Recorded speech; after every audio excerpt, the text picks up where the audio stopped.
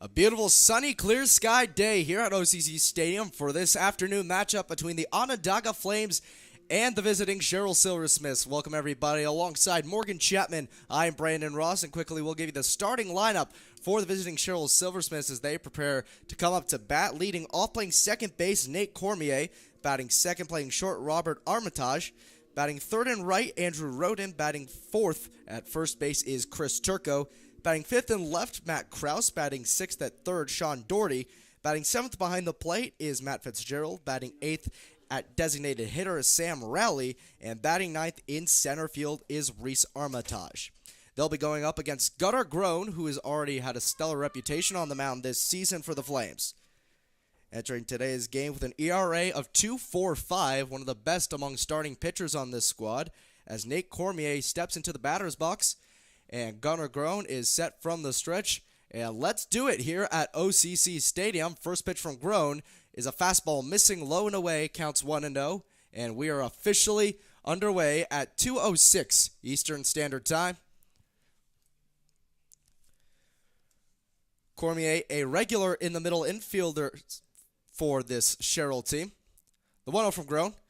Grounded over to Ruggiero. Easy hop. Fires over to first. And a quick out number one here for the Flames as we give you the defensive alignment for this Flames ballpark. Going from left to right in the outfield, DeFilippo in left, Adam Gordon and Colin Matthews in right. Right to left in the infield, Mike Stefan at first base, Mike Ruggiero at second, McLean O'Connor at short, Brian Hart at third. Trace Peterson is behind the plate, catching for Gunnar Groen on the mound. And after the quick 4-3 putout to start this contest, Robert Armitage up to bat for the Sherrill Silversmiths. First pitch to Armitage, fastball misses low and outside, count 1-0. Armitage on this team with his twin brother, Reese, who is batting ninth, playing center today. Robert playing shortstop. The 1-0 from Groen. Fastball just catches the outside corner. Armitage takes that one looking, and the count's knotted up at a ball and a strike. And Armitage had a pretty good game last time, Brandon, against the Flames. He went 1 for 2 with an RBI single. Armitage, .361 batting average so far this season after not really playing so much this past season at Albany. The 1-1 pitch is driven down the right field line but drops foul about 10 feet right of the foul line, counts 1-2. It's a really interesting note because Robert's outperforming his brother Reese so far this season, but Reese is the one who got the playing time at Marist College. Reese starting 20 games for Marist, and then Robert only coming in as a substitute in 6 different games this season. The 1-2. Fastball misses high. Count's going to be knotted up at 2 balls and 2 strikes. But going back to your last comment, Brendan, I think it just proves that he has something to prove out here on the field. He needs to grow as a player over the summer, and he's doing just that. Armitage working out of a wide stance. The 2-2 from Groen. Fastball cut on and missed up and away. Armitage chased at the high cheddar, and now 2 away in the top of the first as that brings up Andrew Roden. First strikeout of the day for Gunnar Groen, Andrew Roden out of University of Massachusetts as Lowell. Actually a high school senior who will be starting there in the fall. A local of Sherrill, so convenient to play for his hometown team. So far this season, showing he can play against the college competition. .317 entering today's contest. First pitch from Groen. A fastball just catches the outer third, and quickly Roden behind in the count 0-1. Gunnar looks dialed in, pounding the strike zone early and getting the job done. Groen not working so quickly as Mike Netzel was last time. Groen known to take a patient approach on the mound, allow a good bit of time between pitches. The 0-1, a fastball missing up in the zone, and the count's knotted up at a ball and a strike. Still no score here in the top of the first. A 1-1 count here to Andrew Roden with 2 away. The left-handed hitter going up against the big righty Groen, the 1-1. Chopped on a slow roller over to second. Ruggiero fields easy, fires to first, and that will retire the side. A quick 1-2-3 for Gunnar Groen in the top half. Hanging into the bottom of this first inning. Still no score here at OCC Stadium.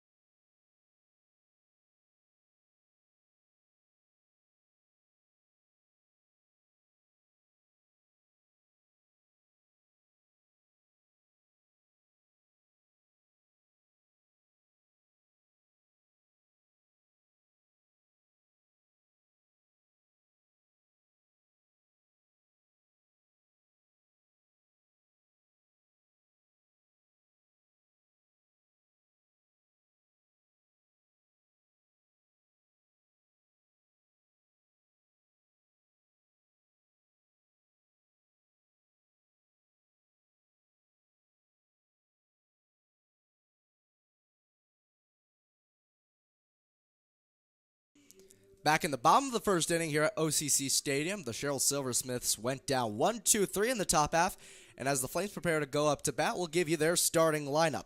Batting first at shortstop is McLean O'Connor. Batting second in center field, Adam Gordon.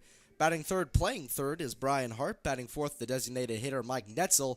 Batting fifth and left, A.J. DiFilippo. Batting sixth behind the plate, Trace Peterson. Batting seventh in right field is Colin Matthews. Batting eighth, playing second base, is Mike Ruggiero. And batting ninth, playing first, is Mike Stefan. And they'll be going up against Connor Van Driesen, who's in a very familiar setting, as he is out of Onondaga Community College, the home field we are playing on here today, as McLean O'Connor steps up for his first at-bat of the ball game. Only his second game for the Onondaga Flames this season. He arrived at 11 a.m. yesterday and played in the 5 p.m. contest after coming in late thanks to a late let-out from UC Santa Barbara and then going to a sibling's wedding. But he played well. He's 1 for 4, and he could have almost had the stolen base but slid past the bag. He also showed some stellar glove work out there at shortstop, and he's still out there today. The lefty Van Driesen warms up, and the first pitch, McLean O'Connor shows bunt, but it misses outside, and he pulls back, and the count's 1-0. So far, Van Driesen, a 5.68 ERA on the season, reflective of less than optimal pitching from the Sherrill Silversmith staff so far. The 1-0 pitch, chopped on the ground, an easy hop taken by Robert Armitage. He shoots it over to first in time for the first out. So quick out number 1 in the bottom half of the first inning for the Sherrill Silversmiths, and that brings up the center fielder, Adam Gordon. And Adam Gordon, one of the reliable bats on this team, hitting .328 entering today, 21 for 64 in 17 games so far. And yesterday, Brennan, he had 2 for 5 with 2 RBIs. Drove in 2 of the 3 runs in yesterday's ball game. Mike Netzel brought in the third. That ended up being crucial in the top half of the ninth. They were playing here yesterday, but obviously they were the away team. They share the field with the Syracuse Silkcats, so sometimes they are the road team on their own home turf. First pitch to Gordon, a fastball taken for strike 1. Gordon, a left-handed hitter, working against the lefty Van Driesen on the mound. Van Driesen in his 5th start today against the Flames. The 0 to Gordon. Gordon shows bunt, pulls back, and it's going to be called outside. Count evens up at a ball and a strike. Doherty was crashing in hard from third base, noticing the show of bunt. But now he's going to go back to regular positioning. He doesn't expect another bunt attempt here, but I'm sure he's got it in the back of his mind. The 1-1. He shows bunt again, bunts it hard down the first base line. It'll be rolled right to Chris Turco over by first base, and he takes it to the bag himself for the second out. And let's take the chance to give you the defensive alignment for the Sherrill Silversmiths. Left to right in the outfield, it's Matt Krause, Reese Armitage, and Andrew Roden. Right to left in the infield, it's Chris Turco, Nate Cormier, Robert Armitage, and Sean Doherty. Behind the plate is Matt Fitzgerald, catching for Connor Van Driesen on the mound as the 3-hitter Brian Hart comes up. He's playing third base today, though he's mostly played second this season.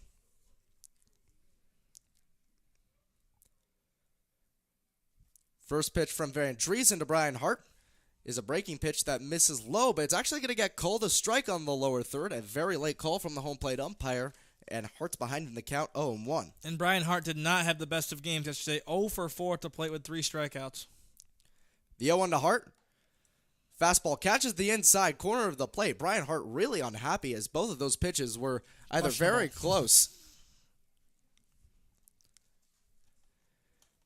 Brian Hart, one of the flaming hot hitters to start this season, but is tampered down a little bit as the season has gone on. The 0-2 foul back behind home plate out of the stadium.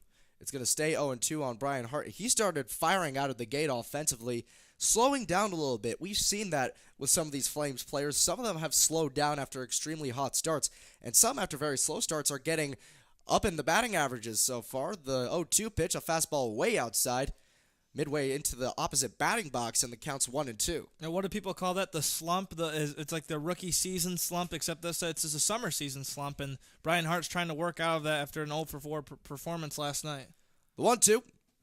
Caught on and missed. Pitch low and away, but he gives chase, and that'll retire the side. Flames also go down 1-2-3 in the first, heading into the top of the second. No score here at OCC Stadium.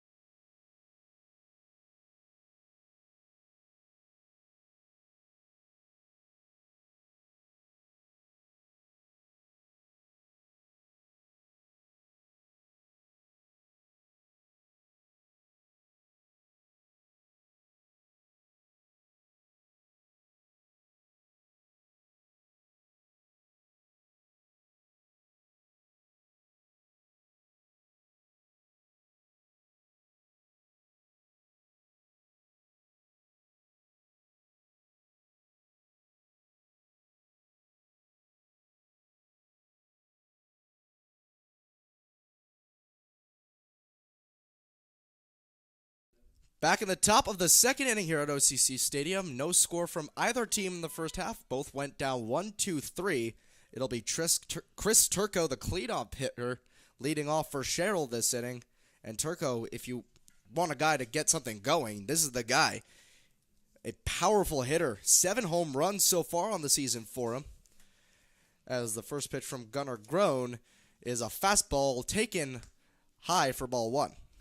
He went 0 for 3 against the Flames on Friday night, but reached twice on a walk, Brandon. And on the season so far, .314, slugging percentage .686. Gunnar Groen, as always, working out of the stretch, the 1-0. Fastball misses outside. A hitter's count here for Chris Turco, 2-0. The sun's really shining. Not a single cloud in the sky here at OCC Stadium. Perfect blue skies. Just a little breeze carrying out to right field, though. Chris Turco, with his power, that could be dangerous.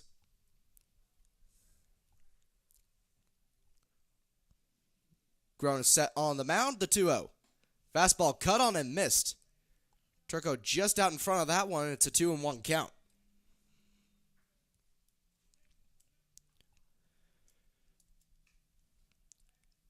Turco, the first baseman for the Sherrill Silversmith Ball Club. We've seen in defensive warm-ups, he's actually pretty able defensively as well. He can be a stellar glove out there near first base. The 2-1 is driven deep down the right field line, but foul. Just showing the danger of the wind out here is that could really carry if Turco's able to get behind that one. He knows he can get that oppo power. It's usually pretty breezy here on Onondaga Hill, but today it is really, really breezy out to right field. If he can get underneath that and straighten it out just a little bit, it could be gone. 2-2 count here. No one out in the top of the second. No score. Oof. The 2-2 misses behind Turco, and the count's full at 3-2. Turco, lucky he was able to get that one unscathed. That was close to his back. That was a breaking ball that did not break. It's a now full count 3-2 here to Chris Turco. He gets back into the box, not shy from that last pitch, crowding the plate here. Groen winds up the 3-2. Fastball misses outside for ball 4, so the Silversmiths have a base runner with nobody out here in the top of the second inning. And that brings up Matt Krause, another big hitter on this ball club, hitting a stellar .259, but also with a home run, 4 other extra base hits to his name.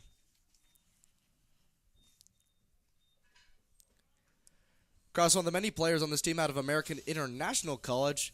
And when they got rained out last Monday, they had a lot of fun with Jimmy Flahive on the Flames, who also out of American International College.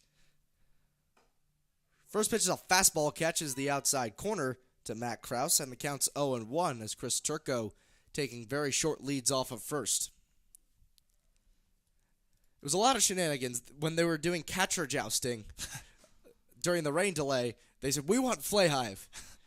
Flahive didn't give in, but he did end up sliding over the wet tarp, and the 0-1 fastball catches the outside corner again for strike 2. Krause really behind in the count, now 0-2. And the home plate umpire seems to really like the bottom half of the strike zone, especially going towards the right side, calling it for strikes all afternoon so far. We've seen a lot of umpires with tendency for certain sides of the plate to be more lenient with strike zones or more strict on strike zones.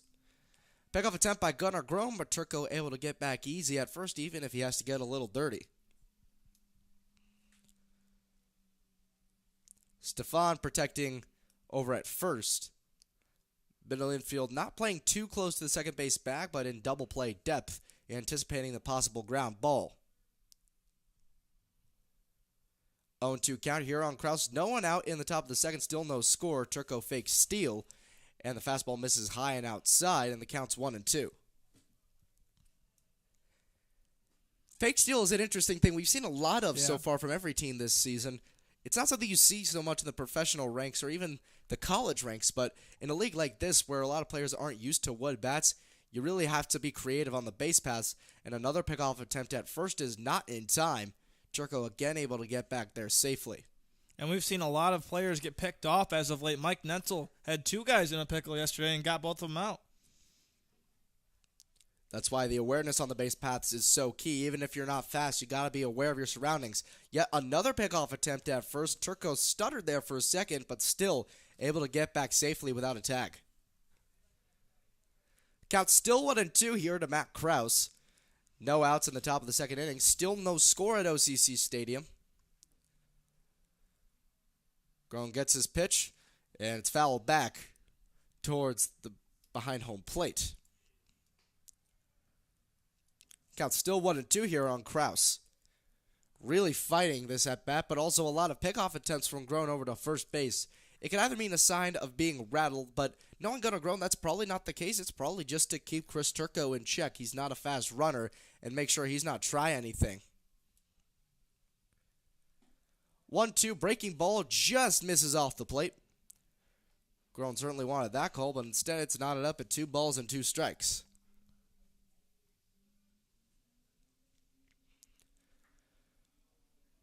Krause steps back into the batter's box. Groen takes a peek over to first. Turco with not a very big lead over there.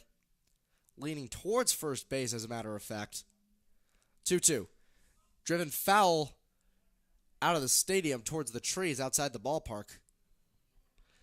And Riley Glenn delivers more balls to the home plate umpire in his typical glorious manner. He gives them a hustle. Yes, he does.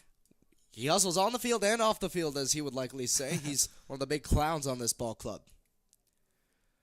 Groen peeks again over to first. Turco again, a very small lead. 2-2 count. No one out. Top 2. No score. Breaking pitch misses low. Gets past Peterson behind the plate. And Turco advances to second on the wild pitch. So now a runner in scoring position with no one away. And a full count here on Matt Krause. And Gunnar has simply let Matt Krause slip away from him after focusing a little bit too much on Chris Turco and then not able to find the strike zone. He has to be careful not to walk his second batter of the ball game. We've seen a surprising amount of this the last couple of games. Pitchers getting ahead in 0-2 counts and then just sacrificing it and then get caught in a full count and eventually having to give a pitch that's easy for the hitter to hit. And quickly talking to Gunnar Groen over near the mound, Mike Ruggiero, it's actually his birthday today, so happy birthday to Mike Ruggiero. He was conversing with Gunnar Groen for a quick minute, and he goes back out to second base, guarding Chris Turco, not very closely, but just keeping him in check, leaning towards the bag. A full count here on Matt Krause. Still no score in the top of the second. Nobody out. Groen looks back and deals the payoff. It's driven deep into right center field, and that's going to fall for a base hit. Turco's going heavy around third, but he's going to put the brakes on. He did not have the speed to make it home there, so it's a single with nobody out. And now the runner's on first and third with no outs here in the top of the second. And that'll bring up Sean Doherty, who's got the biggest batting average, possibly close to the top of the league here, 467 so far for him. And is it possible to see the suicide squeeze here, Brandon, to get the Sherrill Silversmiths on the board? You can't count anything out with any team in this league, especially when it comes to small ball. Small ball is a huge part of the NYCBL style of play. A lot of these guys aren't used to wood bats, and so base running is so key for moving runners up and getting runs in. First pitch to Doherty, catches the inside third of the plate, and strike one here to Sean Doherty. Doherty out of Southern New Hampshire University. What he does successfully at the plate, he doesn't do very well in the field. 8 defensive errors so far this season for the infielder, who is playing third base today, the 0-1. Fastball misses outside, counts not up at a ball and a strike, but that's something you could expect for someone who plays the hot corner. Yeah. They call it the hot corner for a reason. A lot of balls there are just hard to get a grip on. Chris Turco leading off of third base. Matt Krause leading off of first. Nobody out, a 1-1 count here. No score in the top of the second. Gunnar Groen, a third to first move, no throw. And both runners retreat back to the bags. And remember what happened yesterday with the same situation for the Flames. Mike Netzel tried to pick off the guy at first base, and the runner from third came down to score.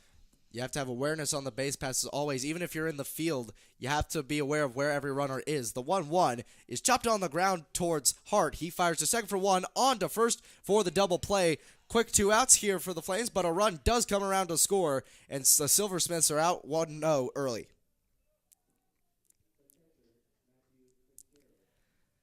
So a 5-4-3 double play proves consequential for the Onondaga Flames. They now trail 1-0 in the top of the second, and that'll bring up the 7-hitter, Matt Fitzgerald. Another guy you really don't want to have to deal with.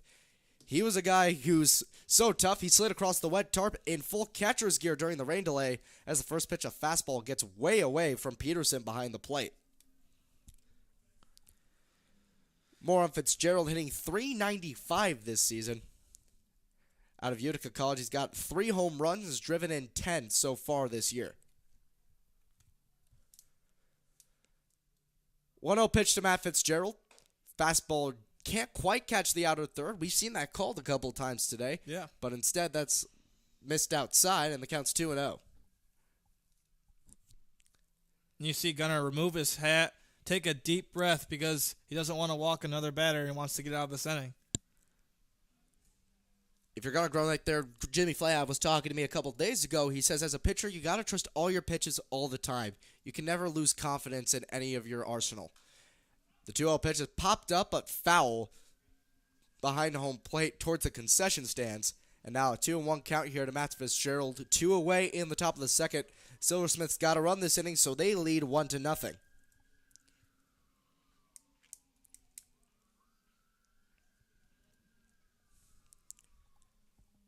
Grown working from the stretch with a 2-1 count, and he deals. Fastball cut on and missed. That one looked out of the zone, but Matt Fitzgerald gave chase, and now an even 2-2 count here.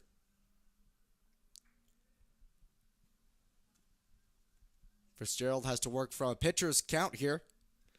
Grown with a ball to work with. 2-2. Chopped high over down the third base line, but into foul territory over near the Flames dugout. And the count's going to stay at 2 balls and 2 strikes. Riley Glenn delivers more balls hastily to the home plate umpire.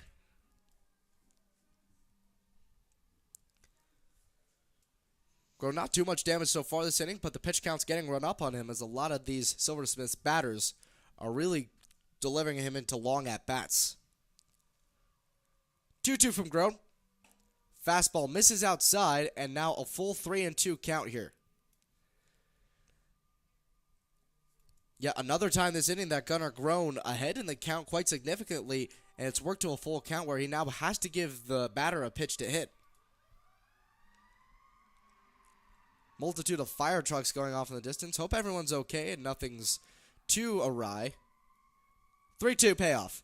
Cut on and missed. Fitzgerald out in front of the fastball, and that retires the top of the second.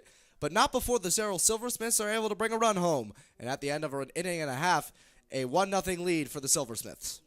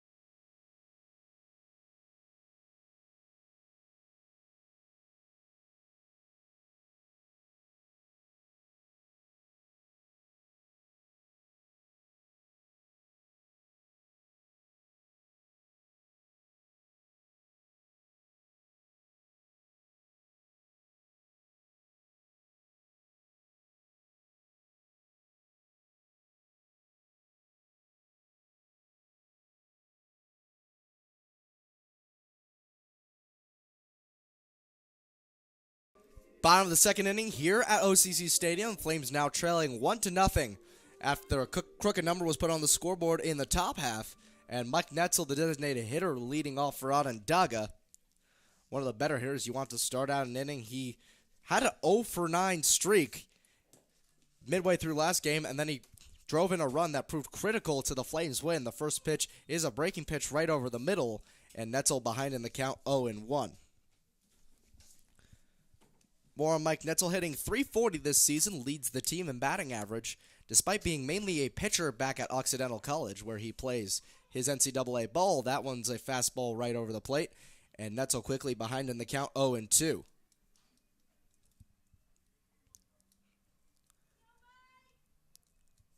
Netzel finally able to break that streak. Let's see if he can get to a hot streak here. The 0-2, a fastball missing outside in the opposing batter's box. And a 1-2 count here to Mike Netzel as Connor Van Driesen out for his second inning of work, working quickly through the Flames the first time through. A ground out to short, unassisted by the first baseman, and a strikeout as that one drops down the right field line, fair for a base hit. Netzel going for two as that one goes towards the corner. The throw over to second is not in time. Netzel able to get in there at second base. That was a very close throw after Roden got good arm behind that throw from right field, but Netzel able to beat out the throw after trying the same thing yesterday but not being successful. And what did he say yesterday to you in the interview, Brandon? That every at-bat doesn't really, you can't take it too hard on yourself? You got to have a short memory span when you're in that batter's box. You got to realize every at-bat's a new at-bat, and you just got to go with the same approach. And now A.J. DiFilippo on with a runner in scoring position for the Flames. And careful with Mike Netzel on the base paths. 5 stolen bases on the season. First pitch to DiFilippo, a fastball on the inside corner. And DiFilippo behind in the count 0-1. Now, you can expect some small ball out of everybody on this Flames team, but DiFilippo, they probably want to let him swing away. After all, he's got a pair of home runs so far this season and leads the team in RBIs with 16 as the 0-1 pitch misses inside, counts evened up at a ball and a strike. And yesterday wasn't his best game. 0 for 4 on the night, trying to turn things around here this afternoon. Gaps wide open in the outfield as always. The 1-1 is chopped over to first. Easy hop taken by Chris Turco at first for the out, and Mike Netzel advances to third. So a quick, easy out for the Sherrill Silversmiths, but A.J. DiFilippo able to move the runner over to third. The run to tie this game up, now 90 feet away for Trace Peterson. And Trace Peterson, we saw him at first base for the first time in a while last night, playing back in the catcher's spot today. His coaches at Lake Erie College want him to play first when he comes back, but he's been occupying behind the plate so far most of the season. The first pitch misses high and outside for ball 1. So far, Peterson on the season, .269, a nice batting average there. The 1-0 pitch misses low and away.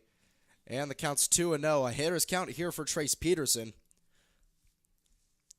So far, 7 RBIs for Peterson, so he's typically accustomed to driving in runs like Mike Netzel, leading off of third base with 1 away in the bottom of the second. The 2-0 misses outside, so now 3-0 hitter's count here for Trace Peterson as the Flames trail 1-0 in the bottom of the second inning with the run to tie it up 90 feet away. Van Driesen, after a quick first inning, falling behind here. The 3-0 misses low and away for ball 4, and Peterson makes it over to first. So a double play opportunity open for the Silversmiths as Colin Matthews comes up to bat.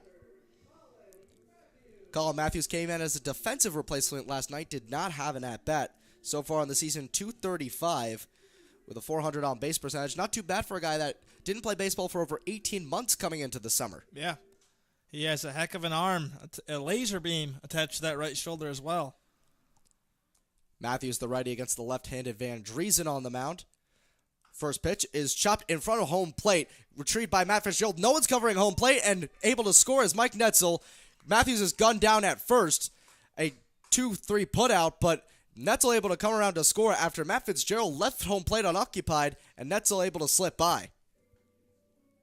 Great base running there by Mike Netzel, and how about head coach Mike Cordero sending him home on that play? It was a gutsy call as it was right down the line. Fitzgerald very well may have been able to lay down the tag, but Netzel able to score. Now a 1-1 ball game as that brings up Mike Ruggiero, the birthday boy. Ruggiero didn't play last night. So far, 138 on the season. Only played 11 games after pulling his hamstring and missing a week early on. The first pitch in the dirt. And Ruggiero ahead in the count 1-0. And looks like Van Driesen is just starting to lose the grip on the fastball, Brandon. We saw him walk the batter and then give up the run there as well. Van Driesen with 2 outs in the inning. A 1-0 count here to Mike Ruggiero. A 1-1 ball game in the bottom of the second. That pitch is chopped foul off the foot of Ruggiero. He's going to walk that one off quickly as it's now evened up at a ball and a strike. And I'm hoping he has a nice day to add to his birthday here at OCC. His dad's in attendance, of course. Yeah. As always, he's one of the biggest fans, showing up to every game possible. We'll call him Big Mike. This is Mike. That's Big Mike. And Big Mike certainly hoping for something for birthday boy Mike with a runner in scoring position, 2 away, a 1-1 count, and a tie ball game. The 1-1 pitch, high chopper over to third base, and he's just going to lay the tag over on Trace Peterson for the final out. They don't go down as easy this inning, tying up the ball game at 1, heading into the top of the third.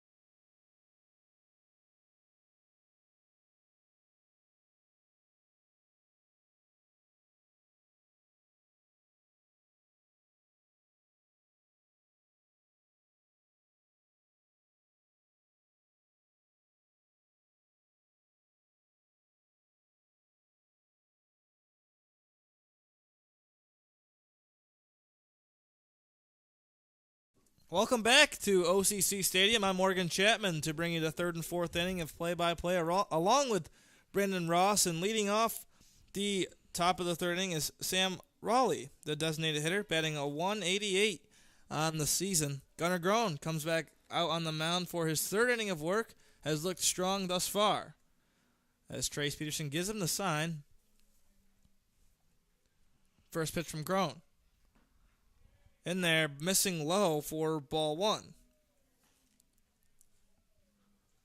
Raleigh is 3 for 16 with 1 RBI on the season out of Hamilton College. Peterson sets up outside for Gunnar to see if he can hit the spot. This one missing just high, according to the home plate umpire. Count goes to 2 balls, no strikes.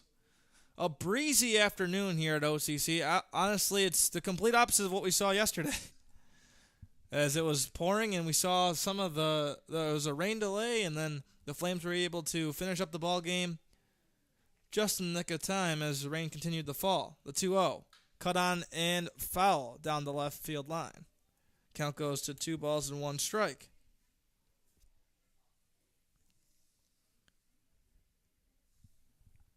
But Gunnar is the kind of pitcher that, again, he's not going to strike out a whole bunch. He only has 2 strikeouts so far, but he's throwing pitches that are just unhittable, or there's no chance for them to be taken into the outfield for some damage. As Gunnar gets the sign from Peterson, the 2-1. In there for a strike. This home plate umpire really loves that outside corner on the right side. So if you're watching this game, you can see when Trace Peterson sets up just on the outside, I mean, that's exactly where Gunnar needs to hit the zone for sure. And he sets up there for this one. 2-2 pitch on its way from Gunnar. Here it is. Popped up. Should be easy pickings. Mike Stefan over there. Could go out of play. And it's caught. It's caught by Mike Stefan. Bumping into the cage, but he's able to bring it in. Beautiful play there by Mike Stefan for the first out of the inning. amazing he was able to track that one all the way. He had to go up all the way against the fence, and usually when you're in a situation like that, it's tough to keep track of the ball and know exactly where you are in relation to the fence, but great job by him there. Absolutely. Bringing up Reese Armitage, the brother of Robert Armitage. See what Reese has in store for the Flames. This first pitch, interesting. It's a ball, but it's the exact same spot that the home plate umpire calls it on the opposite side. So he only likes it if it's on the right bottom half corner. But either way, Armitage attends Marist with his brother, batting a .361 this season. This one missing low for ball two. Count goes to 2-0. So 2-0 count. Gunnar Groen's going to step off the mound here. Give himself a minute to gather himself.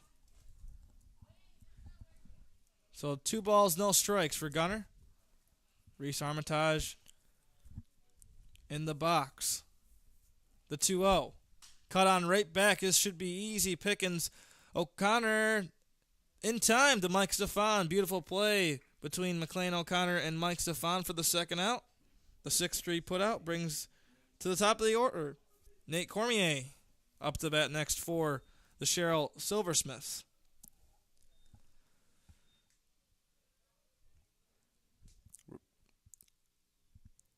Looks like a broken bat on that last play, so Nate's going to toss it back to the dugout.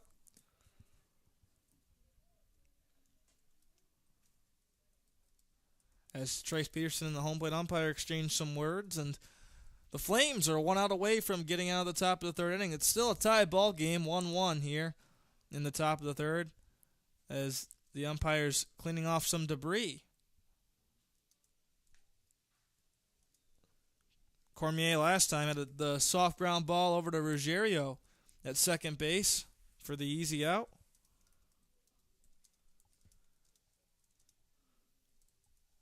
So Gunnar gets the sign from Peterson as play resumes here at Onondaga Community College. Gunnar gets the sign. Here's the first pitch to Cormier. In there for strike one. Beautiful fastball. Just tagging the upper half of the corner.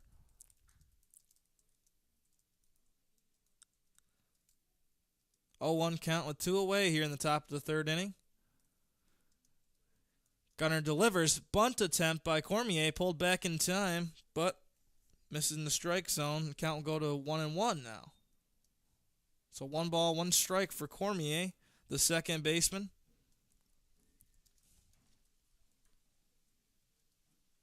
Who attends Nichols College. The 1-1. Peterson's unable to grab it, and it's low in the turf. Count goes to 2-1 now.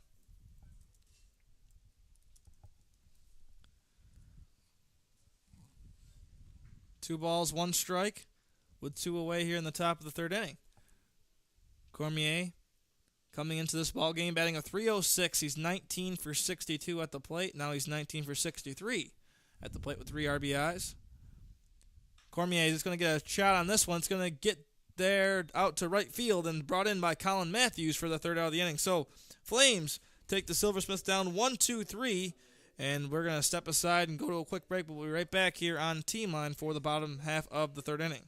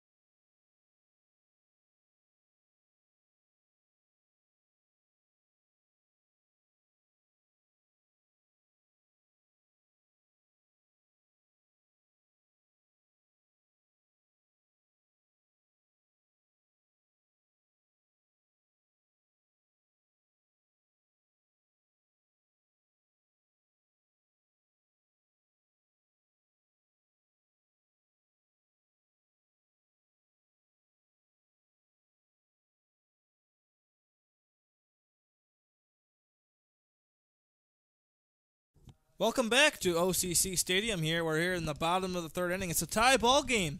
Flames won, Silversmiths won. I'm Morgan Chapman alongside Brandon Ross, and Mike Stefan is leading the things off here. So it's going to be 9-1-2 the next three batters face for Connor Vanderriesen, who has had a terrific outing so far, only allowing the one run and only one hit so far as well.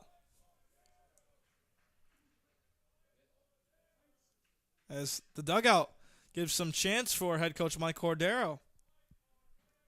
First pitch for Stefan is going to just miss him. And count goes to 1-0 on Mike Stefan. The bullpen chanting on head coach Mike Cordero. He loves it. Over there in the third base coaching box. This pitch in there for strike one. Against Stefan. The 1-1 is going to be the count now for Mike, the Canisius product. The 1-1. In there. Beautiful pitch.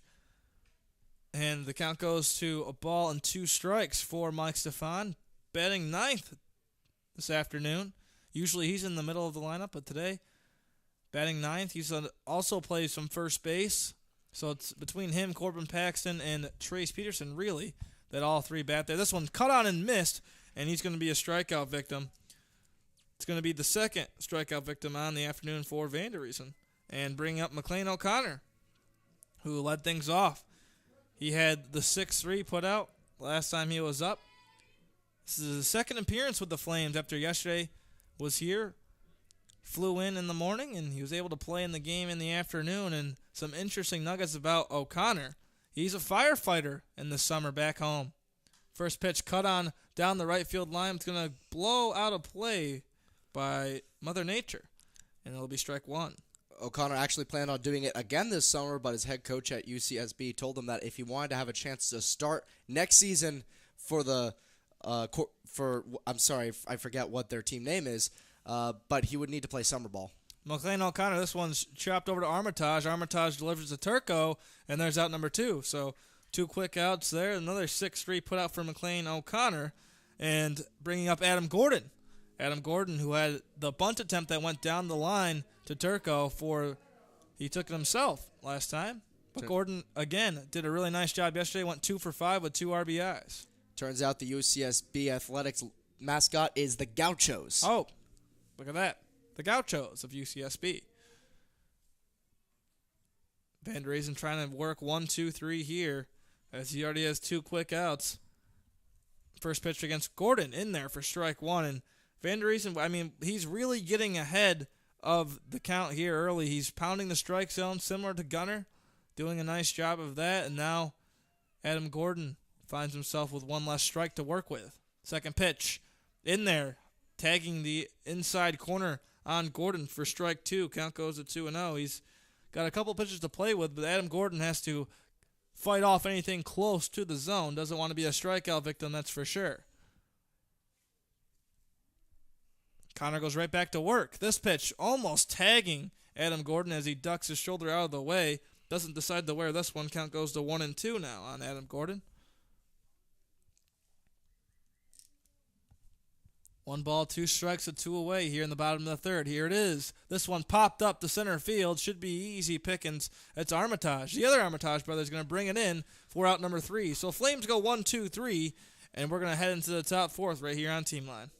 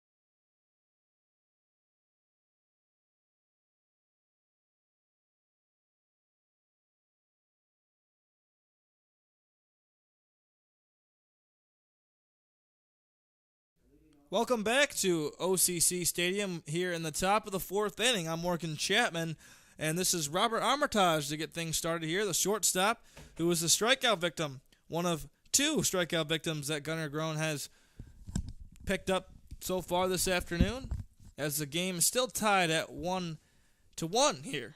Going into the top of the fourth inning, Flames look to put the Silversmiths down 1-2-3, as they've done twice in this ball game, in the first inning and the third inning. First pitch from Gunnar. In there for strike one, and again, Brandon tagging that outside corner.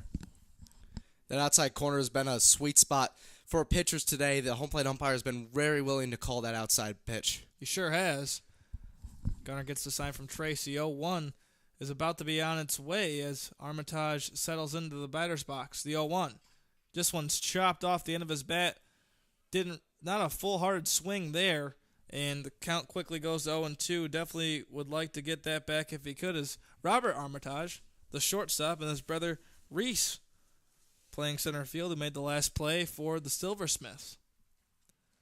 No balls, 2 strikes with none away here in the top of the fourth inning. Gunnar gets the sign from Peterson, and here he delivers. This one chopped back to Ruggiero. Ruggiero over to Mike Stefan for out number 1.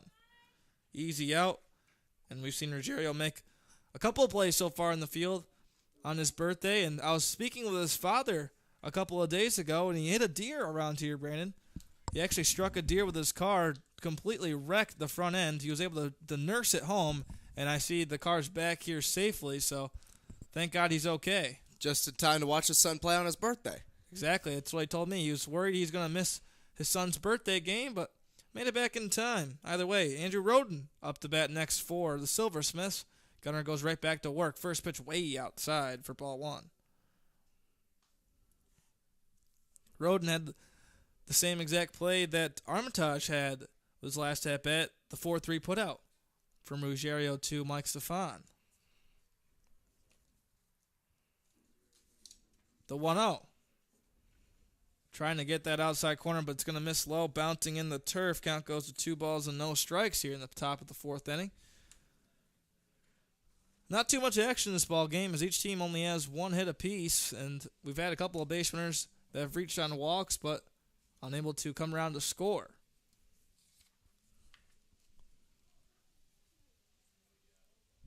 Two balls, no strikes with 1 away. Here's the 2-0. This one cut on. Ruggiero charging at it. Should be an easy pick, and another 4-3 put out for Mike Ruggiero.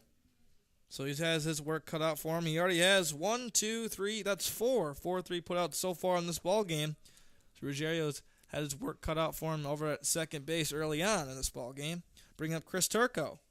Turco, who reached on the walk, scored the run for the Silversmiths.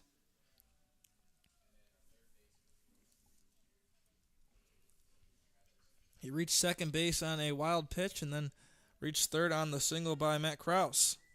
Gunnar trying to go 1-2-3 for the third time this afternoon. First pitch, right down the middle, a breaking ball hitting the strike zone. Beautiful pitch from Gunnar Groen, and the count goes to 0-1. 2 away here.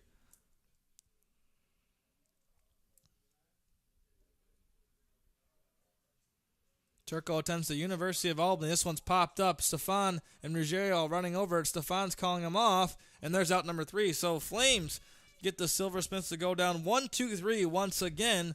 We're going to step aside for a quick break. We'll be right back here on Team Line.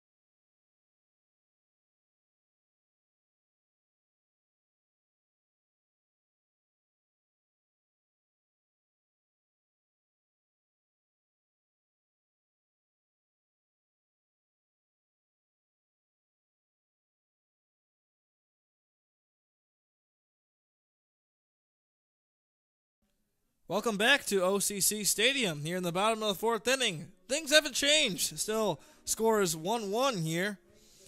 And leading off the bottom of the fourth for the Onondaga Flames, it's the third baseman instead of the second baseman. It's Brian Hart. Usually he's positioned at second, and Brandon and I were actually talking about how comfortable he's been looking at second base, and today moved to third. Well, the thing was, he started at shortstop most of the early season, but he made a lot of defensive errors over there. Wild throws, unable to field those bad hops, but he moved a lot more comfortable at second base. First pitch against Brian Hart, bouncing in the turf for ball one, and he's got some beautiful mitts on. Looks like some new batting gloves, shiny green ones. Actually, shining silver, and I'll tell you what, players were complimenting them before the This game. pitch, this one's ripped down the left field line, but it's going to go foul.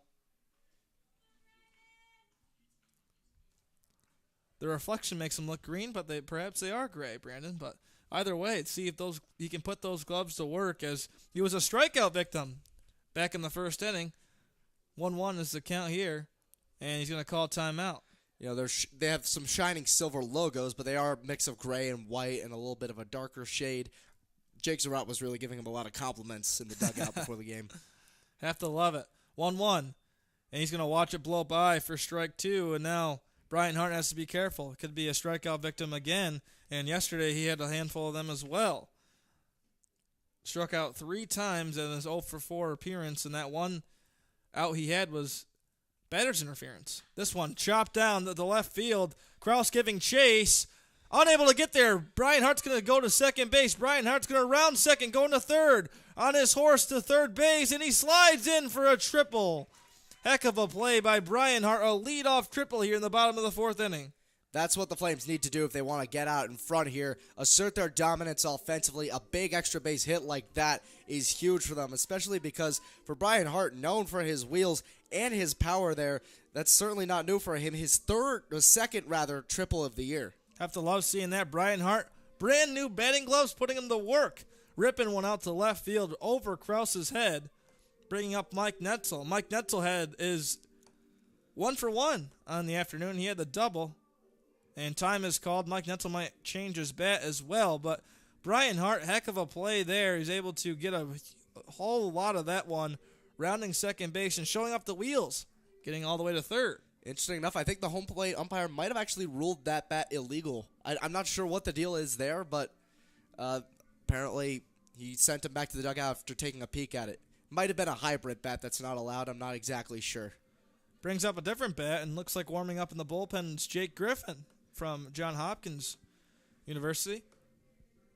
Jake's parents are in attendance this afternoon as, well, Brandon Ross was able to point out his brother's shirt, the Cleveland High School shirt. So see if Jake gets some playing time here, if he relieves Gunner later on this ball game. First pitch against Mike Netzel is outside for ball one. But Mike Netzel, he was in a deep slump yesterday and coming into the ball game, then went 0-for-3, but got his hit when it mattered. He had the RBI single that ended up giving the Flames the victory. It wasn't a walk-off, but he put the Flames up 3-1 at the time, and then the Saltcats were able to score one more run, and they ended up falling to the Flames 3-2. 2 balls, no strikes. Here's the delivery. Right down the middle, in there for strike one. Count goes to 2-1 on Mike Netzel, trying to get another RBI with Brian Hart over there at third base.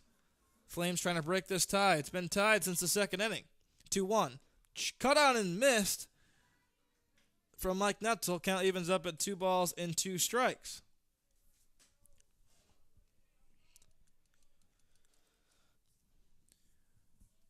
Van Driesen delivers. This one cut on and missed, and Mike Netzel's going to go down on a strikeout. The third for Van Driesen on the afternoon, bringing up A.J. DiFilippo, who's playing left field. And DiFilippo kind of rotates between left field and third base. We saw him start in left field yesterday, then he was moved in to play third base for the rest of the ball game. DiFilippo, first pitch against him, inside. He has to lean back to avoid it. Count goes to 1-0.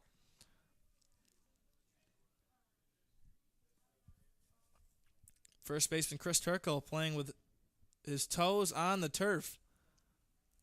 as this one's in the same exact spot, and A.J. DiFilippo's going to have to jump back just to get out of the way of that one. Count goes to 2-0 with one away here. Can't expect DiFilippo to play small ball here because he has all kinds of power, but I'm sure the Flames will do anything they can to break this tie. The 2-0. Check swing. Either way, it was in the zone, and the count goes to 2-1.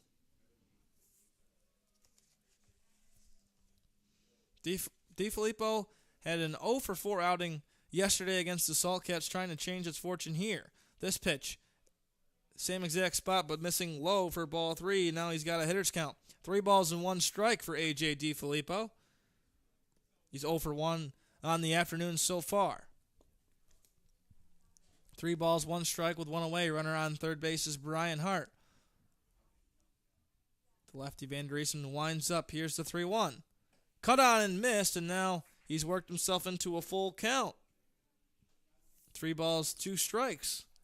See a lot of full counts worked here by both these teams so far. Yeah. Offensive players really working the counts. They sure are. The payoff, 3-2, popped up. This could be enough to bring in Brian Hart. We'll see if he does. Here comes Armitage diving. He made the catch. Brian Hart's going to bring it home to score a run. So how about that? A sac fly RBI for A.J. DiFilippo.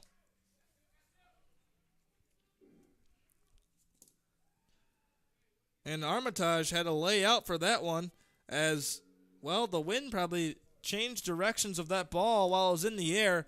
Lays out, makes a diving catch out in center field for out number 2. Bringing up Trace Peterson. Trace Peterson hasn't registered a at-bat in this ball game because he reached on a walk his first time around. Back in the second inning. 2 away. First pitch on Peterson. Missing high for ball 1. Peterson out of Lake Erie College finds himself behind the plate. He's been rotating as of late with Jake Surratt at the catcher position. The 1-0. In there, missing outside, though. Count goes to 2-0. But Surratt was the NYCBL Player of the Night against the Silversmiths on Friday night. Then seemed to cool off just a little bit from there. Didn't have the best game yesterday either. 2-0.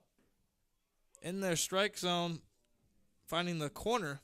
Count goes to 2-1 on Trace Peterson. 2 balls, 1 strike with 2 away here in the bottom of the 4th. Peterson thought about going, holds back, good job there, and now he's in a hitter's count. 3 balls and 1 strike. Flames lead this one 2-1 here in the bottom of the 4th. The 3-1. Cut on and missed by Peterson. And now back into a full count. And Brandon, to your point, Flames and the Silversmiths have worked themselves into a ton of full counts so far in this ballgame. 3 balls, 2 strikes with 2 away. Here's the payoff. Cut on down the left field line as Mike Cordero shrugs his shoulders and says, "What are you doing? Trying to hit me?" May have been a missed signal there. I'm not exactly sure, but Trace Peterson, a big effort here, working into a 3-2 count. He now needs to get a pitch to hit. Sure does. As Riley Glenn hustles down the left field line to collect the foul ball, as always. 3-2 payoff once again for Peterson. Thought about going, called it for a strikeout, so he's going to strike out looking to end the inning. But the Flames do their job. Score a run to break the tie. Going into the top of the 5th inning, Brandon Ross will take over play-by-play duties. Flames lead the Silversmiths 2-1.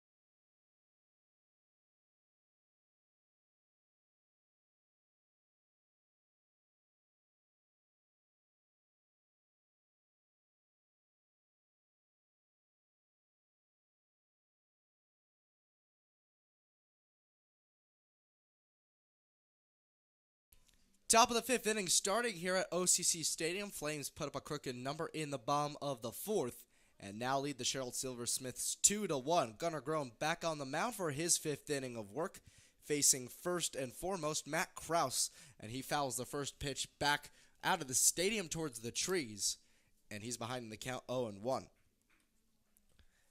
Matt Krause, one at bat, one hit so far today, a single back in the second, ended up getting knocked out on a double play. Groen dealing from the stretch as always, the 0-1. Fastball misses low, even though the home plate umpire has been very quick to call those low pitches strikes. Instead, it's a 1-1 count.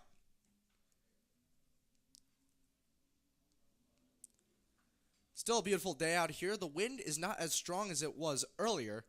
Still blue skies, still very warm outside. A 2-1 ball game, a 1-1 count, nobody out. And the breaking ball misses high. Sharp break there for Gunnar Groen. Doesn't quite catch the zone. And now 2-1 count as Groen steps off to collect his composure.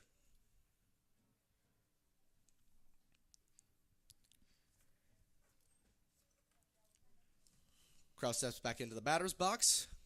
Not crowding the plate too far, but crowding just a little bit. Arms slightly over the home plate. The 2-1 pitch driven into deep left center, but getting under that one will be Adam Gordon, and he'll run just a couple steps in to make the catch for the first out. So a quick scare here early on. The wind probably played an impact to how far that ball went into the outfield, but it's one away here in the top of the fifth, and that brings up Sean Doherty. Doherty grounded into the double play. That got Matt Krause out in the second. That double play also brought in the first run of the ball game, but since it was a double play, Doherty was not credited the run batted in. First pitch to Doherty is again driven deep into left center field, but again, the wind keeping that one from going too far as DiFilippo gets under that one for the catch.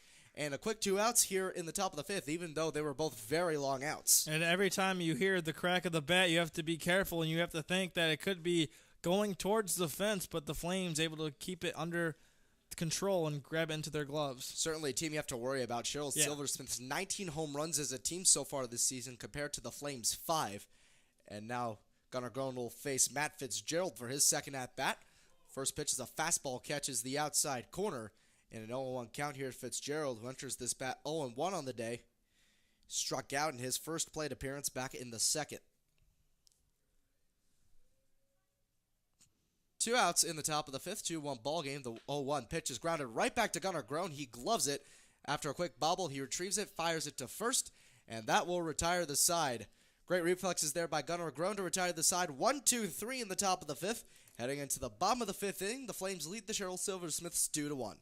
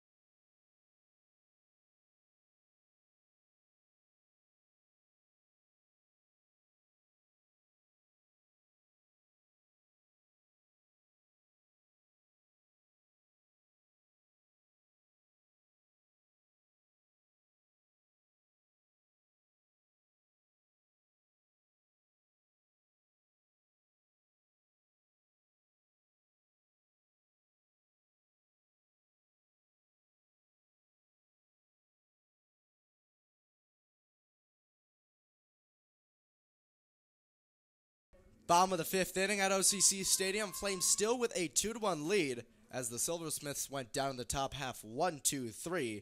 And leading off for the Flames will be the bottom third of the order, starting with Colin Matthews, the right fielder. Connor Van Driesen still out on the mound for the Silversmiths.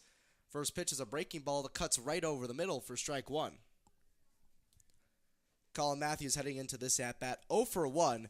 Hit a chopper right in front of the plate, allowed Mike Netzel to score back in the second. The 0-1 pitch, a fastball missing low and away, and the count's evened up at a ball and a strike.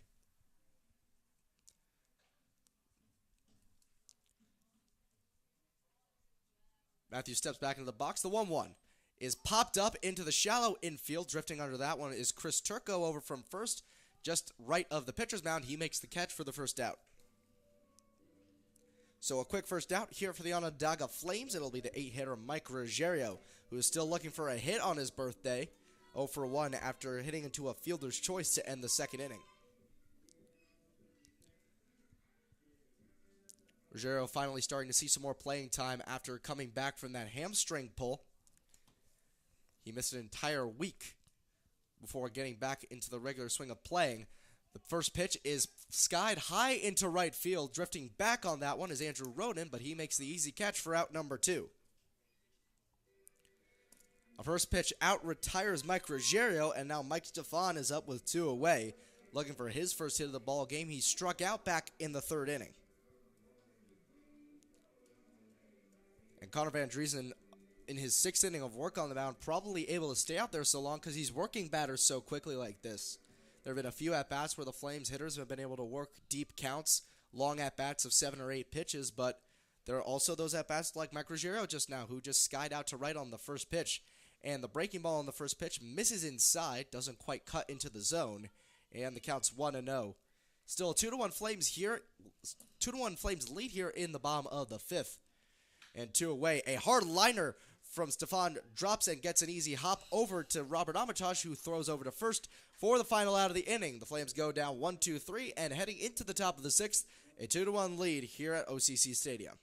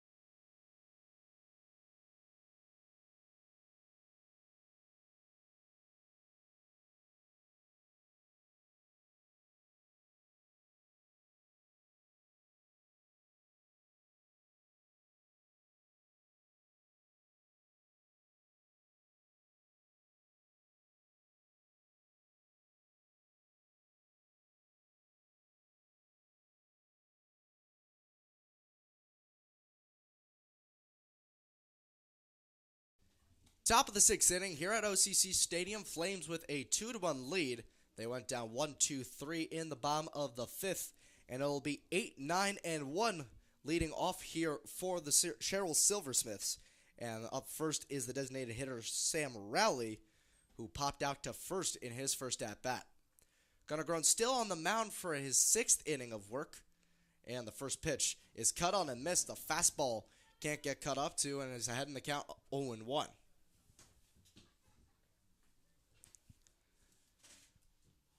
Groen got his pitch count run up in the early innings, but has been able to get quick outs in the last few, extending down the last 3 innings 1-2-3. 0-1. Fastball just misses outside. Home plate umpires called a lot of those pitches strikes so far today, but instead that one misses and the count's 1-1. In fact, with Gunnar Grown, only the one inning where he allowed a run and a hit has been a non-1-2-3 inning. Every other inning, he's been able to retire the side 1-2-3. The 1-1 pitch, a fastball missing high, and a 2-1 count here to Sam Rowley.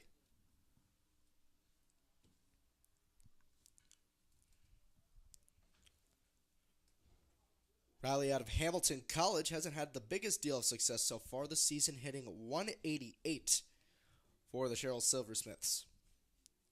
He does, however, in those 3 hits he has on the year, have a home run to his name. And that one chopped into left field, but taken just on the outfield grass by a leaping McLean O'Connor for the first out on the line. Chop may not have been the best description there, as it was a weak pop, and it almost blooped in for a single, but instead, the first out on the L6.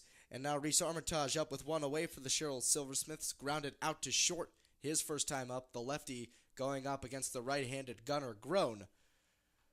First pitch is chopped on the ground, foul down the first base line. That was a fitting description. And the count's 0-1. Flames looking to protect a 2-1 lead here in the top of the 6th inning with one away. And an 0-1 count here to Reese Armitage. Yeah, what? Check swing, but he went around, says the home plate umpire. And an 0-2 count here.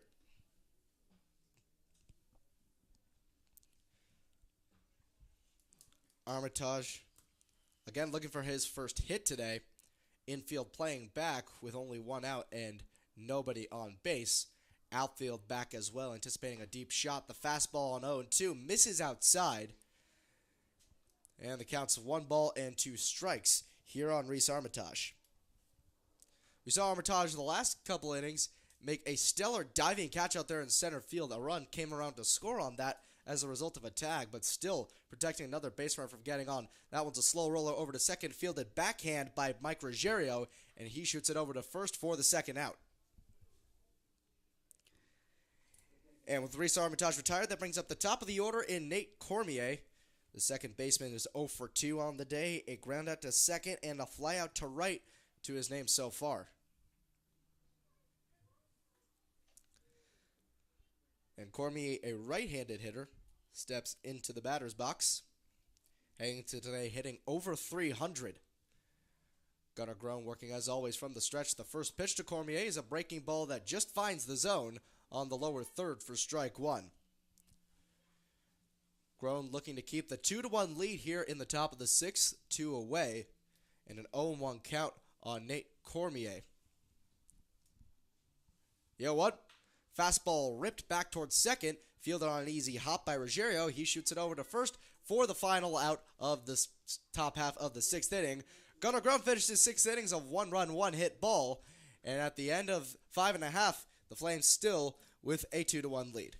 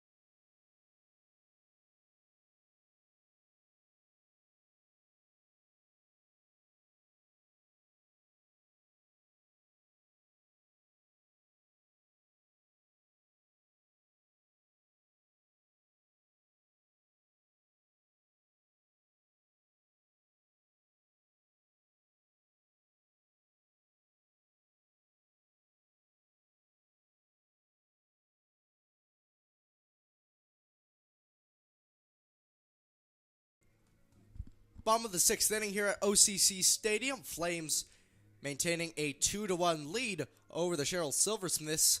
Connor Van Driesen out for his sixth inning of work, and he'll face the top of the order starting with McLean O'Connor. The first pitch from the lefty is a breaking pitch, misses low, and the count's 1-0. O'Connor playing shortstop today, a pair of groundouts to short so far. Van Driesen working out of the windup. The 1-0 is ripped on the ground towards short, fielded on a hop by Robert Armitage. He shoots it over to first just in time to get the speedy O'Connor for the first out. And with one away here in the inning, that brings up the center fielder Adam Gordon, who's also had a lack of fortune tonight. 0 for 2 so far, a ground out to first and a fly out into deep center field. With Gordon at the bat, it's a lefty-lefty matchup. Second baseman Nate Cormier shifting further into the outfield grass, actually a few feet into the outfield in right field. And then Andrew Roden, the right fielder, shifting closer to the right field line. Van Driesen winds up the first pitch. Fastball just catches the inside third, and Gordon quickly behind in the count, 0-1.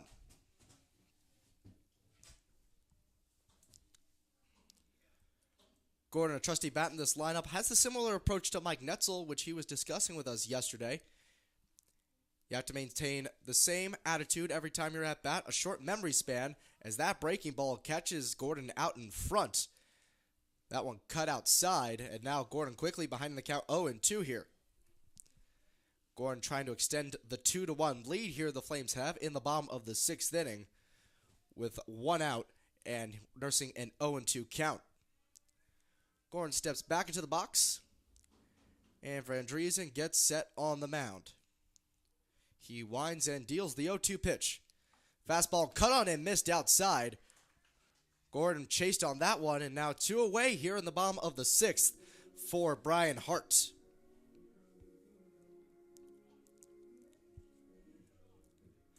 And time is called here as the home plate umpire is chirping at the home team dugout. Not sure what that was all about.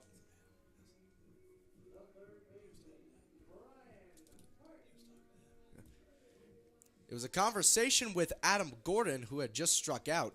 Not sure what it was about, but now Brian Hart up with 2 away for the Flames. First pitch, a fastball cut on outside and missed. And 0-1 here to Brian Hart. Flames still trying to extend that 2-1 lead in the bottom of the sixth inning. And 2 away and an 0-1 count on Brian Hart. The 0-1 pitch shows bunts it down the third base line, but foul. And Fitzgerald picks it up out of play. And an 0-2 count here for Brian Hart with 2 strikes. Certainly no bunt is due this time around.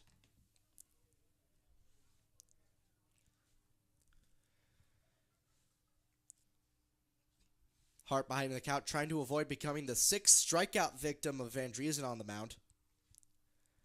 Both these pitchers have had stellar performances so far. Van Driesen's only allowed 2 hits. Garone only allowed 1, but each of them has the same number of runs allowed as hits. The 0-2's cut on and missed outside. Hart becomes Van Driesen's 6th strikeout victim, and that will retire the 6th inning. With 6 innings done, the Flames have a 2-1 lead here at OCC Stadium.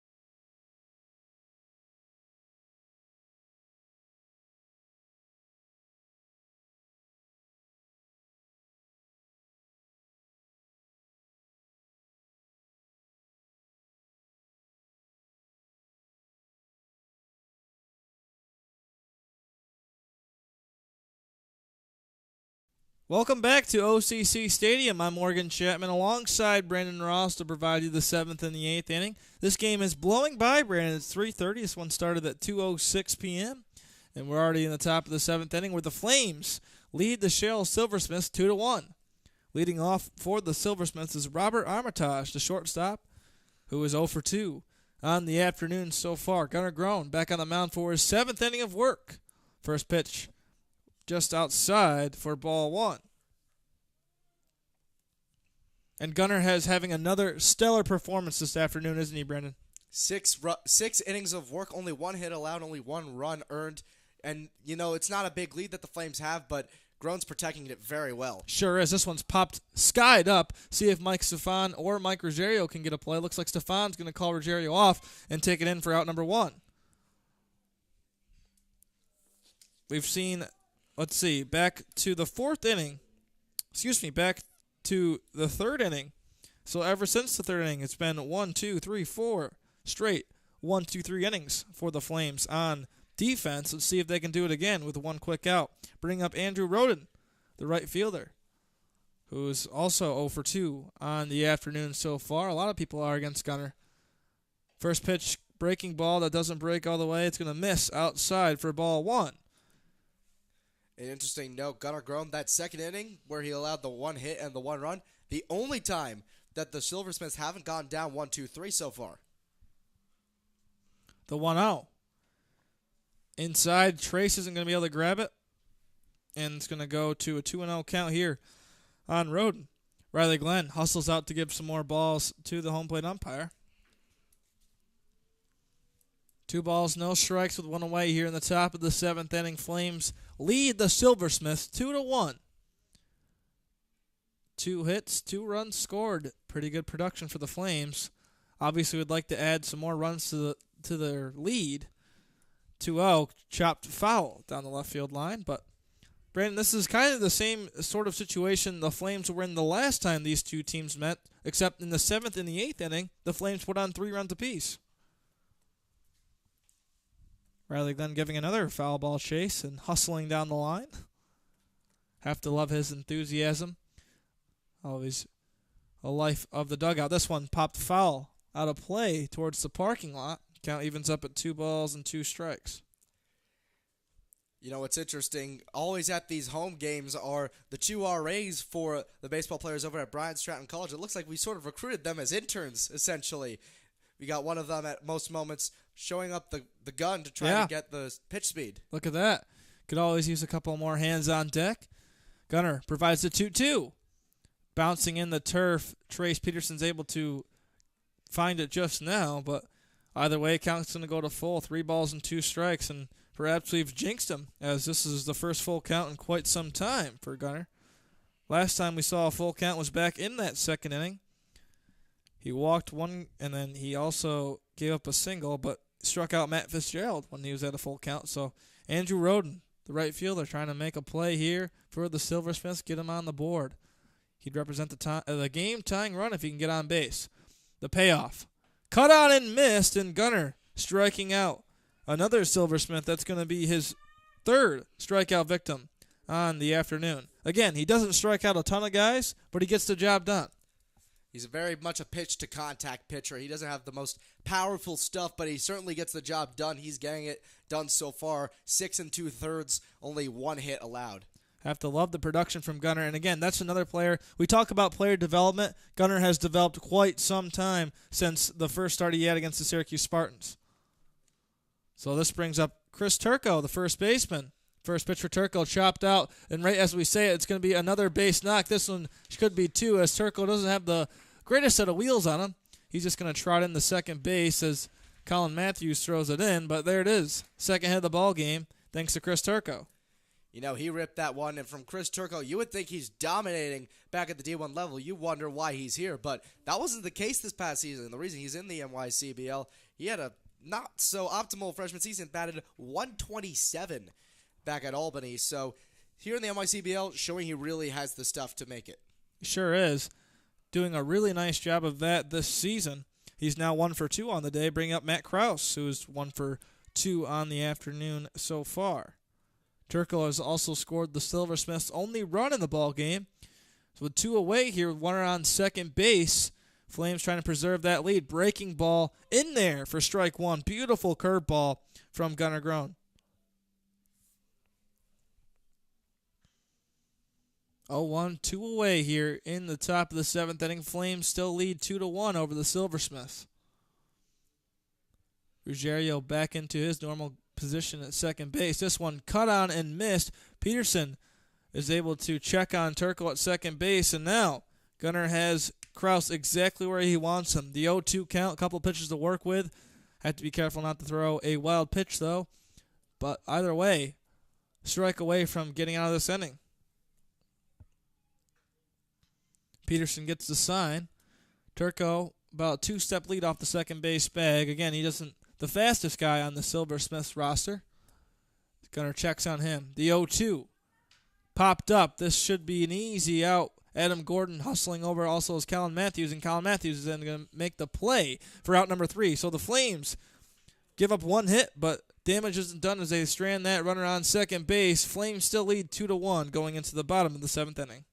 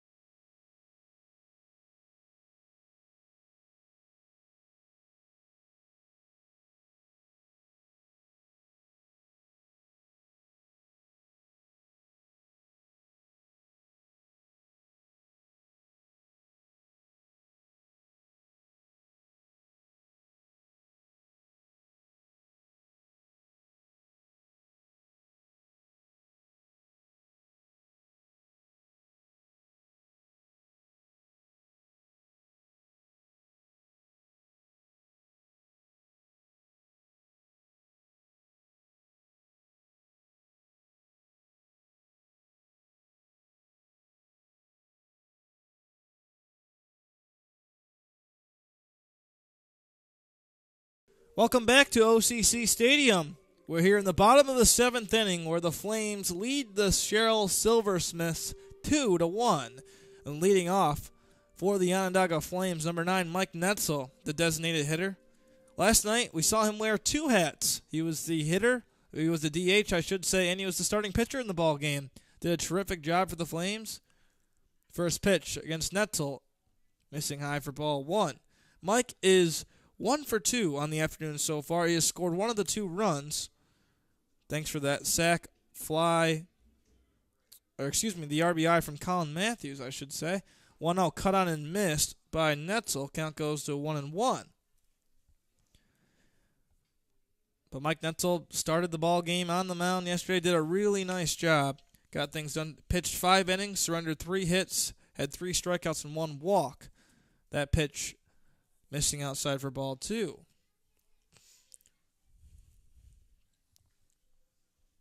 Two-one count for the designated hitter Mike Netzel out of Occidental College. Van Riesen cut on this one, popped up for Armitage. Should be easy pickings. He's called off, and he's unable to make the play, and Mike Netzel's going to second base.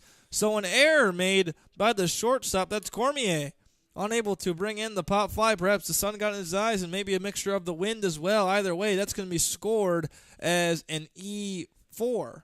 You know, that's a crucial mistake, especially late in this ball game. Flames only have a 1-run lead, and they could burst out in the 7th and 8th innings like they did the last time against this Sherrill team. They're in perfect position to do so with no outs, bringing up A.J. DiFilippo, and if they want to break open this game, this is the guy to do it. A.J. DiFilippo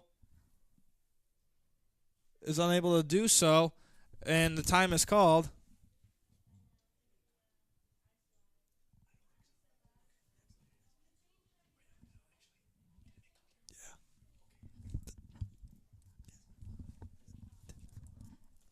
So time is called, and A.J. DiFilippo is going to go over to Dave Dennis as looks like they're going to discuss what's going on the mound for the Silversmiths. Runner in scoring position is Mike Netzel. Reached down in air as the error was made by Cormier. Unable to find that fly ball.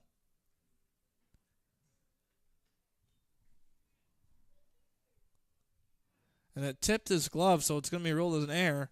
Just got a piece of his glove, but either way, play is about to resume here. A.J. DiFilippo is the batter that could bring in the RBIs. He's done so all season long, in position to do one, or get another one in this ball game, I should say, because he already has the sac fly RBI back in the 4th inning that scored Brian Hart, who had the leadoff triple in that inning. The first pitch against DiFilippo outside for ball 1. And that sacrifice fly gives DiFilippo 17 runs batted in. That leads the team on the season, and it's up there ranked in the league. 17 RBIs, in position for 18 with a runner in scoring position. That pitch missing outside again. Curveball that curves too far out of the zone. 2 balls, no strikes with no outs here. Runner on second is Mike Netzel. Van Driesen still out on the mound. The 2-0. Bouncing the turf, Matt Fitzgerald making a terrific play there. Count goes to 3-0, though, so DiFilippo, no reason to swing at this next pitch. Unless it's a cookie right over the middle, then that is the case. DiFilippo could make him pay. 3 balls, no strikes with no outs here in the bottom of the 7th inning. Mike Netzel on second base. DiFilippo isn't going to swing at that one, but it's going to catch the outside corner for strike 1. 3 balls, 1 strike.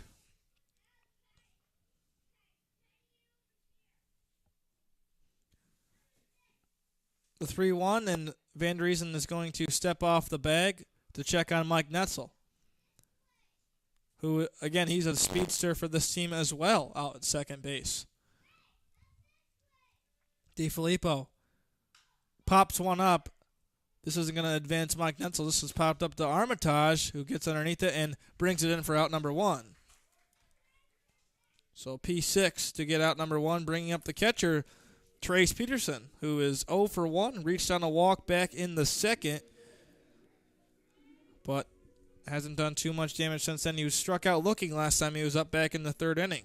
Peterson's a very streaky hitter. He'll go on his hot and cold streaks, and right now he's in the middle of a dry spell at the plate. He sure is. Would be no better time to get an RBI here in a base hit to score Mike Netzel. So there's 1 away here with a runner on second. First pitch for Peterson. Curveball catching the outside corner for strike 1.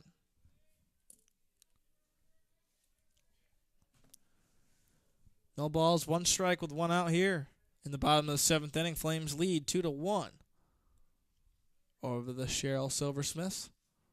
Van Driesen gets the sign. Here's the 0-1. Right down the middle, but Peterson way out in front. And that's going to be strike 2 for Peterson. 0-2 is the count here. No balls, 2 strikes with 1 away. Colin Matthews waits on deck to get a crack at trying to bring in Mike Netzel, as Netzel has about a 3-step lead off the second base bag. Van Driesen's going to step off and check on Netzel again, as he had quite some lead.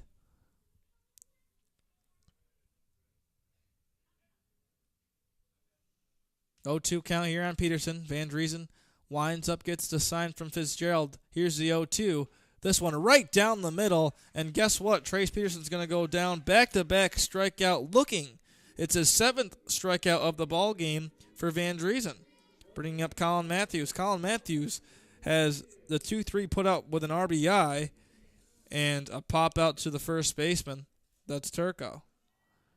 So Van Driesen trying to go to work to preserve this 1-run ball game.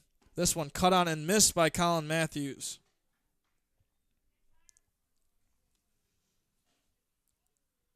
Colin's made a handful of plays out in right field so far in this ball game, but Van Driesen checking on Netzel, who has a huge lead off the second base bag. And he's going to come back to second base, but now expands that lead again. It's probably about a 4-step lead or 3-step lead at least. Van Driesen delivers the 0-1.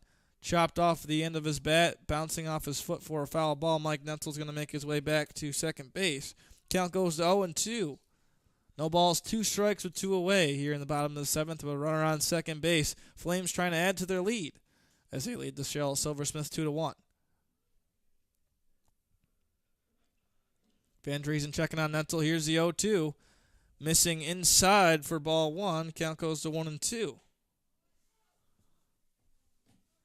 Waiting on deck, there's the birthday boy, Mike Ruggiero. If Colin Matthews can just simply get a base poke here. Van Driesen. The 1-2. Cut on. This should be down for a base knock. Mike Netzel's rounding third base. Mike Netzel's going to come home. Here comes Netzel. The play's at the plate, and Netzel's there. The ball gets past Fitzgerald. Colin Matthews is going to hold up at second base after the ball bounces in the turf over the head of Matt Fitzgerald, and the Flames' lead is now 3-1. And you can hear the tomahawk chop music coming on as the Flames able to cushion that lead. That one run that came late in yesterday's ball game on Mike Netzel's single proved huge at the end because the Saltcats ended up getting a run in the 9th inning, and having that 2-run cushion proved critical. Getting these cushion runs late in the ball game are very essential for this Flames team. Sure are. It's Flames now lead 3-1 over Sherrill, bringing up Mike Ruggiero. 0-2 on the afternoon so far. Colin Matthews with a decent lead. Colin Matthews is going to steal third. The play's at the plate. He's there. He comes off the bag, and he's tagged out. He slides past the bag with a great effort and a beautiful jump, but the third baseman is able to tag him out for the out number 3, and we're going to step aside for a quick break. Flames lead 3-1 going to the top of the 8th inning.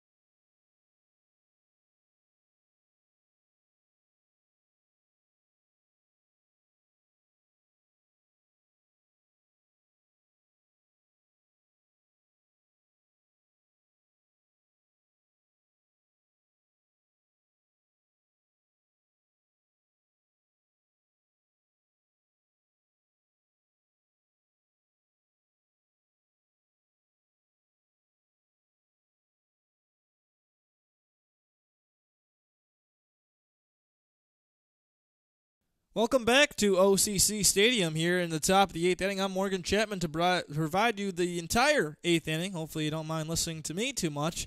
A defensive substitution has been made for the Onondaga Flames, now playing center field, number 20, Jack Chernow, who got the start last night.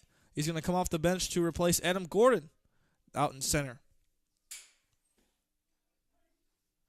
Leading off for the Silversmiths is Sean Doherty. Doherty is 0-2 on the evening. This one popped up. This could be down for a base hit, except Colin Matthews is over there in right field to make the play. So Doherty goes 0-3, second F9 of the ball game for him. Matt Fitzgerald, the catcher, is up to bat next for the Silversmiths. He's 0-2 on the ball game as well. He's a strikeout victim to Gunnar Groen, and he had the 1-3 put out as well, one that Gunnar had nice reflexes on to make the play. Gunnar is back out for his 8th inning of work. He's only surrendered 2 hits to the Silversmiths, and they've only scored 1 run on him, so why not? Pitch count isn't too high as he's taken down the Sherrill Silversmith multiple times. 1, 2, 3. Matt Fitzgerald cranks one out to left field, but it's going to go foul, and there's strike one. So strike one on Matt Fitzgerald is going to be a long strike down the left field line. But either way, we'll bring the ball back in as Riley Glenn slips and falls. He's out of your camera view, but he's trying to bring the ball back in. And there he is off the field, and we'll resume play. Matt Fitzgerald, the catcher out of Utica College, who's batting 395 coming into this ball game. He's 15 for 38, but he is 0 for 2 on the ball game this afternoon. 0-1. Cut on and ripped out to left center. Let's see who calls off. A.J. DiFilippo is going to call off Cherno, and there's out number 2. Sam Rowley going to be up the bat next for the Silversmiths, who's also 0 for 2. A lot of these guys haven't had the best days at the ballpark thanks to Gunnar Groen.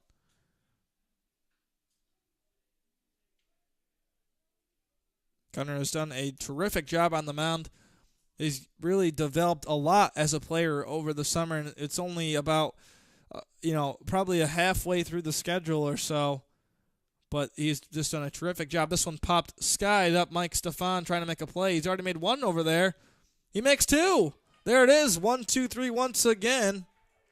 For the Silversmiths, they go down 1, 2, 3, and we're already headed into the bottom of the 8th inning where the Flames lead the Silversmiths 3-1. We'll be right back, everybody.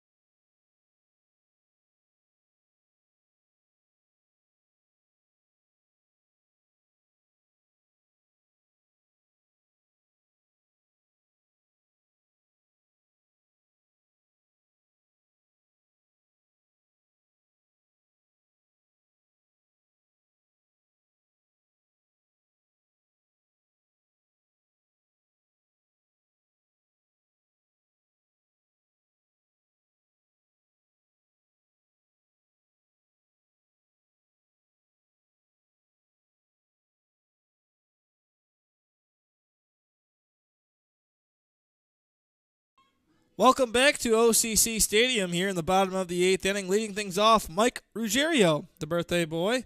Going to get another crack at things. He's 0 for 2 on the afternoon so far. See if he can make a play. This one popped foul down the right field line for strike one. Mike Ruggiero's father, I'm going to refer to him as Big Mike as he's here in attendance once again. He's been here for about a month now, I would say. Very nice man. The 0-1. Cut on, fouled off the end of his bat again. Count goes to 0-2 on Ruggiero. As the ball boy tosses it over to Riley Glenn, making another play. Nice job, Riley. No balls, 2 strikes with no outs here. Flames lead 3-1 over the Silversmiths in the bottom of the 8th inning. That pitch right back down the center. This should be a base knock. Ruggiero unable to beat it out, though, as the play is made. And there's out number 1. 6-3 put out for Ruggiero, and he's 0 for 3 on the afternoon. Bringing up Mike Stefan, who is 0 for 2 on the afternoon as well, as this has just been an absolute pitching duel between Connor Van Driesen and Gunnar Groen of the Onondaga Flames. These guys have been really dealing it, as the Flames have just been able to get one more hit, but they've scored 3 times on all 3 of their hits. Van Driesen gets set for Mike Stefan. Let's see if Stefan can make a play here for the Flames, trying to add to their lead as first pitch was way outside for ball 1. But Last time these two teams met, Flames poured 3 runs in the 7th and 3 in the 8th to really take the lead and win the game as they trailed 2-1 for most of that ball game. That pitch in there for strike 1. But the Flames, they can get hot in a hurry, and we shall see if they can just hold on to this 3-1 lead and get out of it with the victory. As yesterday they had the 3-1 lead going into the bottom of the 9th. This one chopped down the left field line. Should be easy pickings, and it is. Third baseman connection. So Doherty to Turco for out number 2. But yesterday we saw the lead 3-1 going into the bottom of the 9th. Then Keon Taylor came on to close. Again, let me remind you, it was raining. It was pouring rain. We were in a rain delay. We came back to the game. Keon Taylor is out on the mound. Struggled just a bit. Walked bases loaded, but was able to get out of it with a beautiful shimmy after getting his strikeout victim to end the ball game. Flames won that one 3-2. Another win over the Saltcats. It's our 4th on the season. McLean O'Connor digs his spikes, and he squares the bunt, pulls it back in time because it's ball 1 for McLean O'Connor, who's, again, the fireman out of California. Plays his college ball at UCSB. Just joined the team yesterday. He squares the bunt again. This is going to bunt one down. Should be easy pickings for Driesen. And Van Driesen gets it in time for out number 3. So Flames go down 1-2-3. And just like that, we'll be right back in the top of the 9th inning with Brandon Ross taking over play-by-play duties. Flames lead the Silversmiths 3-1 going into the top of the 9th.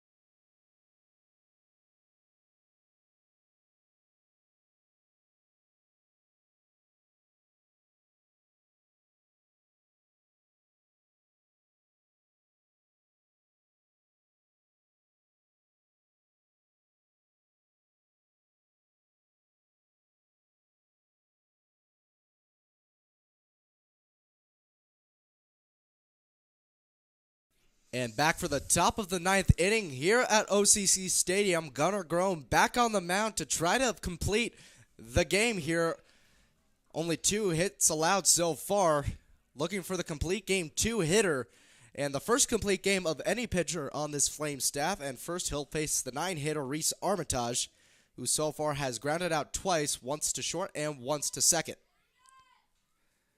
Lefty Armitage steps into the box against the righty Groen. The first pitch is a fastball that catches the outer third for strike 1, as Brian Hart was crashing in on that one, anticipating a possible bunt.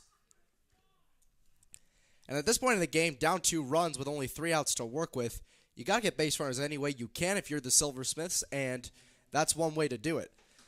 The 0-1 pitch misses just high, and now behind in the count, 1-1.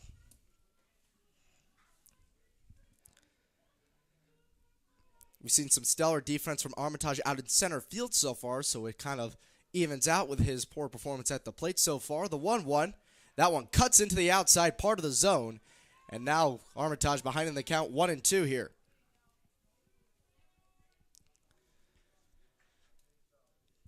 Flames trying to win this one 3-1 in the top of the ninth.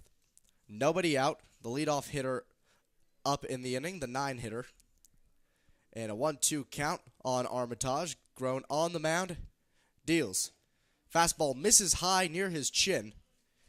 And the count's even up at 2 balls and 2 strikes.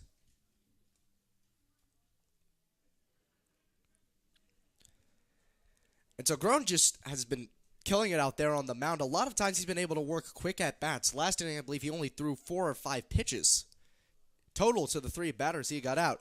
And the 2-2 misses inside. And the count's now full at 3 balls and 2 strikes. That's part of the plate that the home plate umpire has been calling all day. But a ball here, and now the count's full to Reese Armitage.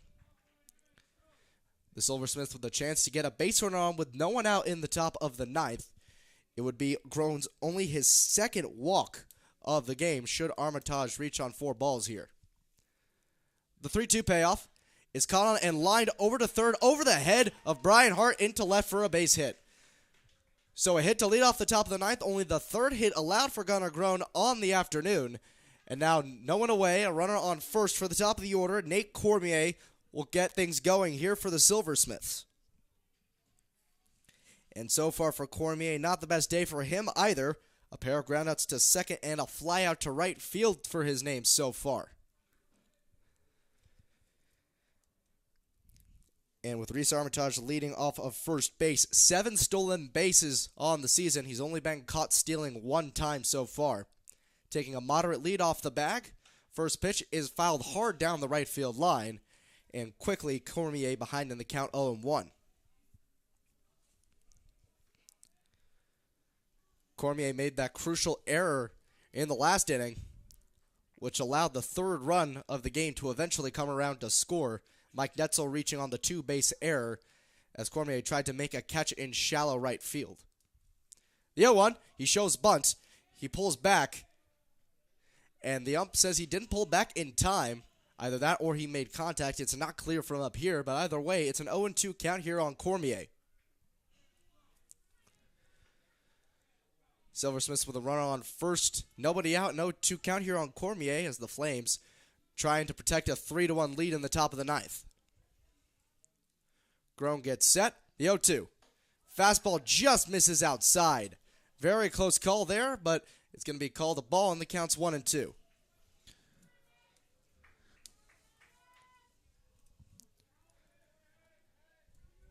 Double play depth here for the infield as the runner takes another lead off of first. Armitage, as always, a threat to steal. Cormier is back in the box. The 1-2. That one's chopped on the ground easy towards short. Flip over to second for 1. Ruggiero fires over to first for the 6-4-3 double play. And an easy 2 outs here for Gunnar Grown. And he's now 1 out away from completing a complete game here.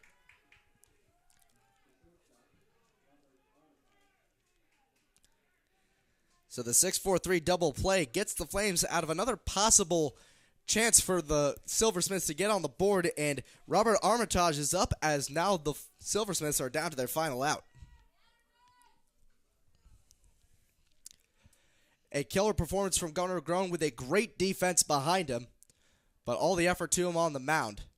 As that one's ripped into shallow right center field, ranging over to Chernow, and he makes the diving catch to end this ball game. Gunnar Grown, a complete game 3 hitter, and the Flames win this one 3-1.